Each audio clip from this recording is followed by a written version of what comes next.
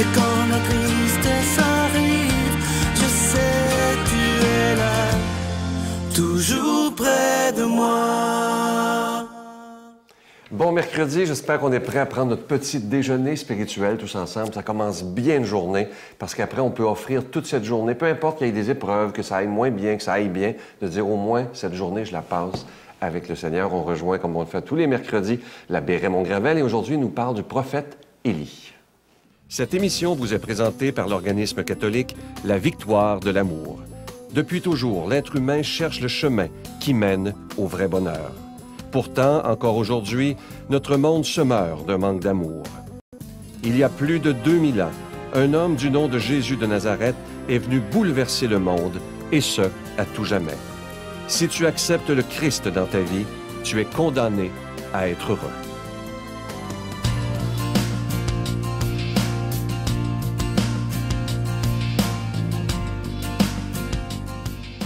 Bonjour. Aujourd'hui, je vais vous parler du prophète Élie, un autre très grand prophète, mais comme Nathan, Élie n'a pas écrit. On n'a aucun écrit de lui. Sauf que c'est une grande figure, comme Moïse, de la foi juive. Les Juifs font référence à Élie tout le temps.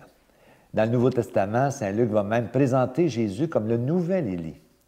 Alors son nom, c'est tout un programme. Il s'appelle Éliyahu. Mon Dieu, c'est Yahvé. C'est ce que ça veut dire. Il apparaît au 9e siècle sous le règne d'Akab, toujours avant le Christ, bien sûr.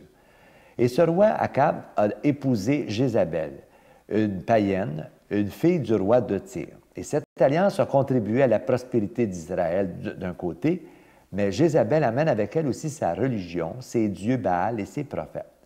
Et le peuple adore Dieu tout en servant Baal. Élie, lui, a choisi, et il n'est pas d'accord avec ça. Alors, il veut forcer le peuple à servir Dieu sans partage. Donc, il réunit le peuple avec 450 prophètes de Baal et lui comme seul prophète de Yahvé. Et pour prouver au peuple que le vrai Dieu, c'est le Dieu d'Israël, il va égorger les 450 prophètes et là, il se réfugie dans le désert où il demande à mourir. C'est sûr, après avoir égorgé 450 personnes, c'est assez dur. Mais l'ange du Seigneur, par 2 fois, va lui dire de manger et de se lever.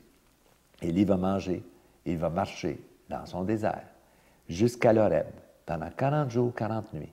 Et là, il va arriver à la montagne de Dieu. Et là, il va dire à Dieu, je suis tanné de vivre, j'aimerais ça te voir. Et Dieu va lui dire, tiens-toi debout sur la montagne, puis je vais passer. Et là, dans le texte qui est très, très beau, c'est dans le 2e livre des Rois, on dit, à l'approche du Seigneur, il y a eu un ouragan tellement fort qui fendait les rochers, fendait les montagnes. Élie pensait que Dieu était dans l'ouragan, il n'était pas là. Après l'ouragan, un tremblement de terre qui brassait pas mal fort. Élie est convaincu que Dieu est dans le tremblement de terre, il n'est pas là. Après le tremblement de terre, un feu, Dieu n'est toujours pas là. Alors Élie commence à désespérer quand tout à coup, il ressent la brise légère sur son visage. Et au moment où il ressentit la brise légère, il sut que c'était Dieu. Il se couvrit le visage et se mit à lui parler. Quel beau texte pour dire la présence de Dieu dans la discrétion de nos vies. Dieu n'est pas dans les bourrasques, il n'est pas dans les tremblements de terre, il n'est pas dans les ouragans, il n'est pas dans les morts violentes. Dieu est dans la brise légère. Et encore aujourd'hui, avec le prophète Élie, on peut dire que Dieu est toujours présent dans nos brises légères. Puis vous savez, une brise légère, il faut être attentif pour la discerner. Elle peut passer inaperçue. Ça veut dire que Dieu ne s'impose pas. Il se propose tout simplement. Il faut être attentif pour le reconnaître. Alors, je vous souhaite de reconnaître Dieu dans les brises légères de vos vies. Bonne journée. Notre Père qui es aux cieux, que ton nom soit sanctifié, que ton règne vienne, que ta volonté soit faite sur la terre comme au ciel. Donne-nous aujourd'hui notre pain de ce jour. Pardonne-nous nos offenses, comme nous pardonnons aussi à ceux qui nous ont offensés. Et ne nous soumets pas à la tentation, mais délivre-nous du mal. Car c'est à toi qu'appartiennent le règne, la puissance et la gloire, pour les siècles des siècles. Amen. Je suis heureux de voir que ce beau cadeau, il est très populaire. Vous l'aimez beaucoup. Il s'agit de ce beau pendentif. La chaîne, elle est plaquée or, avec au bout on appelle Jésus ressuscité. C'est très original parce qu'au centre, vous avez un beau petit zircon. Alors, je vous rappelle que ce cadeau, il est déjà béni. Vous le recevrez avec un don de 25 $ si vous en voulez un et avec un don de 40 $ si vous en voulez deux, parce que ça se donne vraiment bien en cadeau. Je veux prendre le temps de vous dire merci de votre grande générosité pour le ministère de la Victoire de l'amour. Sans vous, évidemment, on ne pourrait pas continuer, mais ce qui est beau, c'est que lorsque je regarde comme on dit, les codes d'écoute et que je vous vois de plus en plus nombreux, ça me touche toujours parce que je me dis au moins le travail qu'on fait touche des milliers et des milliers de personnes, des centaines de milliers d'ailleurs, dans tout le Canada, une partie des États-Unis, Saint-Pierre-et-Miquelon, et maintenant dans le monde entier. Ça, c'est extraordinaire. Grâce à Internet, grâce à Facebook. Alors, merci d'être là. Je vous donne l'adresse. La Victoire de l'amour, casier postal 120, succursale Boucherville à Boucherville. Le J4B 5E6, je vous le redonne. La Victoire de l'amour, casier postal 120, succursale Boucherville à Boucherville. Le J4B 5E6, également par carte de crédit, par téléphone, du lundi au vendredi, de 9h à 16h, dans le 514-523-4433, 523-4433, ou sans frais, le 1-888-811-9291, 1-888-811-9291, et aussi sur notre site Internet, le www.lavictoiredelamour.org.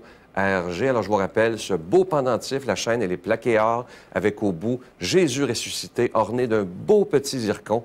Et ce bijou, il est déjà béni. Je vous rappelle qu'il se donne vraiment bien en cadeau. Merci de tout cœur.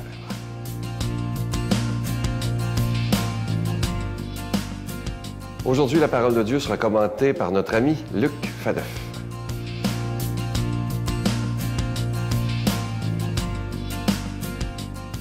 Bonjour, heureux de vous retrouver pour cette méditation de la parole de Dieu qui fait vivre. Dans l'Évangile d'aujourd'hui, l'apôtre Jean va nous révéler le sens profond de la mission de Jésus, un sens, on le comprend bien, qui est vraiment lié directement à la fête de Pâques que nous venons à peine de célébrer. Demandons donc à l'Esprit Saint d'ouvrir nos intelligences et nos cœurs afin que l'écoute de cette parole de Dieu porte du fruit dans nos vies. Dieu a tant aimé le monde qu'il a donné son Fils unique. Ainsi, tout homme qui croit en lui ne périra pas, mais il obtiendra la vie éternelle. Car Dieu a envoyé son Fils dans le monde, non pas pour juger le monde, mais pour que, par lui, le monde soit sauvé. Celui qui croit en lui échappe au jugement, celui qui ne veut pas croire est déjà jugé, parce qu'il n'a pas cru au nom du Fils unique de Dieu. Et le jugement, le voici, quand la lumière est venue dans le monde, les hommes ont préféré les ténèbres à la lumière, parce que leurs œuvres étaient mauvaises. En effet, tout homme qui fait le mal déteste la lumière. Il ne vient pas à la lumière de peur que ses œuvres ne lui soient reprochées. Mais celui qui agit selon la vérité vient à la lumière afin que ses œuvres soient reconnues comme des œuvres de Dieu. Acclamons cette parole de Dieu. Louange à toi, Seigneur Jésus. Vous me permettrez de commencer vers la fin parce que j'ai une petite anecdote qui me revient à l'esprit concernant cette phrase où Jésus dit, en effet, « Tout homme qui fait le mal déteste la lumière, ne vient pas à la lumière de peur que ses œuvres ne lui soient reprochées. » À l'automne dernier, alors que les journées, la lumière allonge beaucoup, mais comme on le sait, à l'automne, la lumière baisse tout le temps. Et au collège où j'enseigne, entre le collège et la station de métro, il y a quelques rues à peine, et il y a eu vraiment une augmentation dramatique du nombre de vols de cellulaires, parce que vous le savez, les jeunes sont tout le temps sur leur cellulaire dès qu'ils sortent de l'école et le reste, ils pitonnent, puis les trucs. Donc du coup, les voleurs profitaient de la baisse de la lumière, de la noirceur, pour, alors qu'on ne les voyait pas venir, les surprendre, les jeunes, et leur voler comme ça, littéralement leur arracher le cellulaire. Et ça a pris quelque temps avant que la direction de mon école, n'est-ce pas, comprenne comment ça se fait que voilà, il y avait une augmentation comme ça subite du nombre de cellulaires. Et c'est les officiers de police, c'est la police qui nous a dit, ben voilà, c'est tout simple, quand il fait noir, ben voilà, les voleurs rôdent plus facilement parce qu'ils savent qu'ils ont moins de risque de se faire prendre, voyez? Alors, c'est une réalité qui est, je dirais, vieille comme le monde, hein, très souvent. Voilà, c'est une image. Le mal est associé aux ténèbres, comme ça. Et Jésus, hein, qui est la lumière, qui est la vie, et nous le savons grâce aux sciences, n'est-ce pas? C'est la lumière qui permet la photosynthèse et qui permet comme ça, hein, qui alimente toute la création, n'est-ce pas? Qui se renouvelle comme ça chaque jour. On est au printemps. Dieu sait qu'on apprécie cette lumière-là, hein, qui nous fait du bien. Alors, Jésus va vraiment s'associer à cette lumière qui, on l'a vu il y a quelques semaines, hein, dans la fête des Soukhot, des cabanes, était identifiée à Yahvé, qui avait dirigé son peuple comme ça pendant l'Exode, hein, pendant la traversée du désert. Ce que je trouve magnifique de ce premier verset, hein, qu'on a entendu aujourd'hui, donc Jean 3, 16, c'est une phrase, un verset finalement qui résume toute la Bible. Dieu a tant aimé le monde qu'il a donné son Fils unique. Ainsi, tout homme qui croit en lui ne périra pas, mais obtiendra la vie éternelle. Il y a là vraiment, je dirais, d'une certaine façon, tout le mystère de la révélation, tout le désir de Dieu résumé en une seule phrase. Hein. On est encore peut-être, je dirais, teinté ou marqué par ces anciens discours sur Dieu, où Dieu était présenté comme justicier, vengeur et le reste. Hein, en réduisant un peu, on dirait, en simplifiant, on dirait le Dieu de l'Ancien Testament. Et donc, finalement, un Dieu qui n'attendait qu'une petite faute de rien du tout pour nous envoyer en enfer. Mais je pense que Saint Jean, déjà, hein,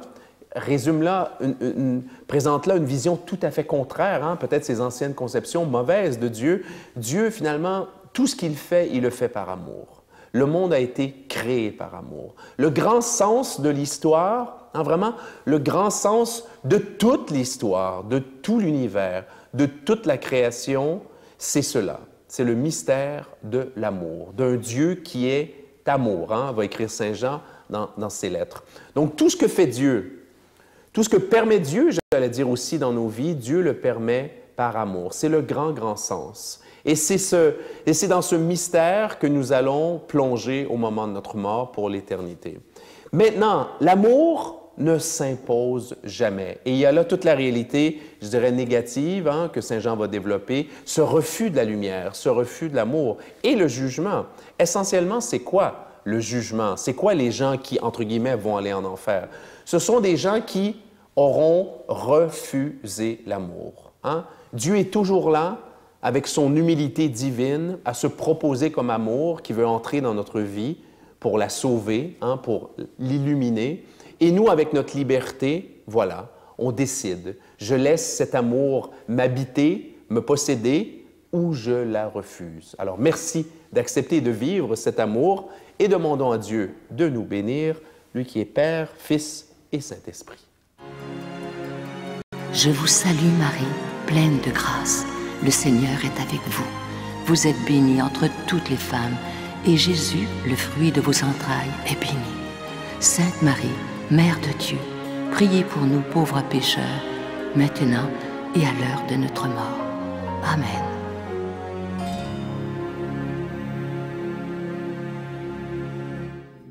La retraite du printemps étant déjà complète, nous vous invitons à la grande supplémentaire de cet automne qui aura lieu les 4, 5 et 6 octobre prochains à l'hôtel Le Dauphin à Drummondville. Sous le thème « Si tu savais le don de Dieu », venez vivre des moments inoubliables en compagnie de l'abbé Robert Jolicoeur, l'abbé Robert Lemire, Dolly Dimitro, Sylvain Charon et Miguel Padilla. Réservez rapidement avec Voyage Intermission 514-288-6077 ou sans frais 1-800-465-3255. Venez vivre une fin de semaine exceptionnelle, remplie d'amour, de joie et de paix.